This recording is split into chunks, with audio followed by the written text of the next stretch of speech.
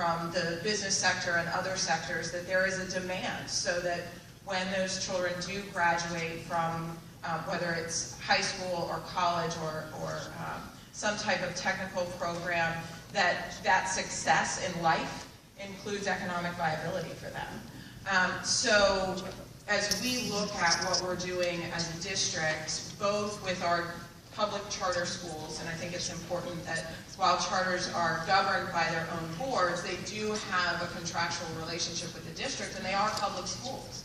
So as we look at all of our choice options, I think it's important that we're maintaining quality, and that we know that students are getting the education that they deserve, but that we also are responsive and that we're listening to the quote-unquote market of our community to know what those children need to be successful later in life.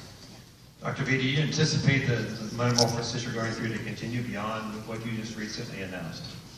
I do. I think this is the beginning. I think this process for us started last year as far as thinking differently about I think the conversation starts with the reality that buildings are assets.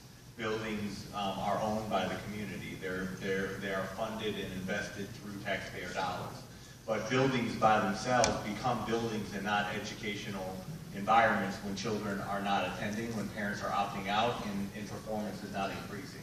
And so what we started to do last year, and this is just building into this year, is rethink those school structures, the programs, so that we can bring parents back into either neighborhood schools or schools that are converted into magnets to come back. In many ways, we've awoken to the reality of choice and to the reality of competition.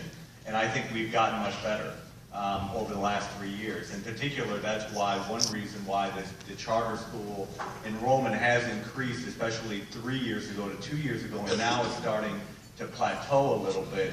And I think that the reason for that is we've become more competitive. We're offering more options and more choices. Now, if you look at the average student in Duval County Public Schools, at scale, almost 35% of students are using some form of choice.